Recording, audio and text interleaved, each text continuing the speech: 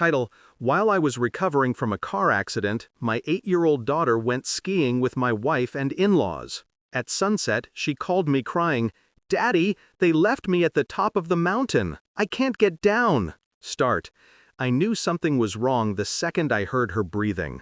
Shallow, fast, frost trembling on her voice. "Daddy, they left me at the top of the mountain. I can't get down." 8 years old, my daughter, my heart.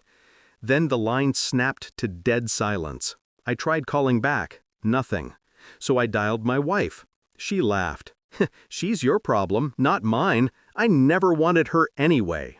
I remember staring at my hospital ceiling, neck brace cutting into my jaw, IV dripping beside me like a quiet metronome counting down the seconds my daughter was freezing alone. My wife hung up before I could speak. That was the moment something inside me calcified. Not rage, not panic, something colder, sharper, a decision. People talk about slow burn betrayal as if it's obvious in hindsight. It wasn't. When I met Claire, she was warm, or she knew how to simulate warmth well enough that I mistook it for something real. We built a life that looked steady from the outside. House, child, matching ski jackets for family photos. The kind of life neighbors envy because they only see the polished surface. I thought she loved our daughter. I thought her family did too. But the truth already existed under everything we built. Quiet, satisfied, waiting for the right moment to surface. It surfaced on that mountain. The ski patrol looked for my daughter all night. I didn't sleep, couldn't. I replayed every word my wife said, every little laugh she had shared with her mother when they thought I wasn't listening.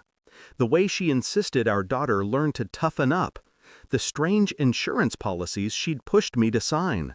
The joint accounts she kept accidentally locking me out of. Little clues, all harmless individually. Together, they painted something venomous. By sunrise, the hospital room felt like a coffin. Then, the call came. "Sir, we pulled something out from under the ice, and the pause was too long. I died inside during that pause. It's a backpack. Bright purple, your daughter's name stitched on it. Not a body, not her, just a backpack, a clue." That's when everything snapped into clarity. No more confusion, no more doubt. They didn't lose her. They abandoned her. I got out of the hospital earlier than they expected. Painkillers dulled the injury, but the betrayal sharpened everything else. I moved slowly, quietly, methodically. First, I retrieved the ski resort's security footage. A few polite questions and a doctor's wristband made people helpful. I watched Claire and her family ride the lift with my daughter, then ride back down without her, laughing, unbothered. Second, I called a lawyer, then another, then one specializing in financial crimes. Third, I hired a private investigator to follow Claire's father, the one who handled most of their money. I suspected he'd been moving funds behind my back for years. I needed proof. Fourth, while they assumed I was still immobile, I installed a small recorder under the family room table and let them talk freely when they gathered. Grief loosens lips, even fake grief. They laughed about her almost solving their problem. They also mentioned the life insurance policy Claire had forged my signature on. That was the key. Everything locked into place. And through it all, I kept one thing quiet. The ski patrol had also found tiny footprints heading down hell, and a search dog had caught a warm scent following the tree line. My daughter was alive. Cold, terrified, but alive. I didn't tell Claire. She didn't deserve hope. The first strike was financial. I froze all joint accounts before Claire could move a single dollar. I sent her father's offshore statements straight to federal investigators. It took 48 hours for the IRS to start circling like wolves. The second strike was public. I had the security footage delivered anonymously to the ski resort manager, the police, and the local news. A story about an abandoned child spreads fast in a small town. By noon, reporters were camped outside our house. The third strike was personal. I returned home, neck brace still on, looking fragile. She expected me to crumble. Instead, I walked past her without speaking and packed my daughter's room. I took the stuffed fox she loved, the snow globe from our last trip, the drawings still taped crookedly to her wall. Claire tried to stop me. She grabbed my arm. "It was an accident," she whispered, eyes darting like cornered prey. I looked at her the way ice looks at fire, knowing it will win eventually. "No," I said, "it was a choice."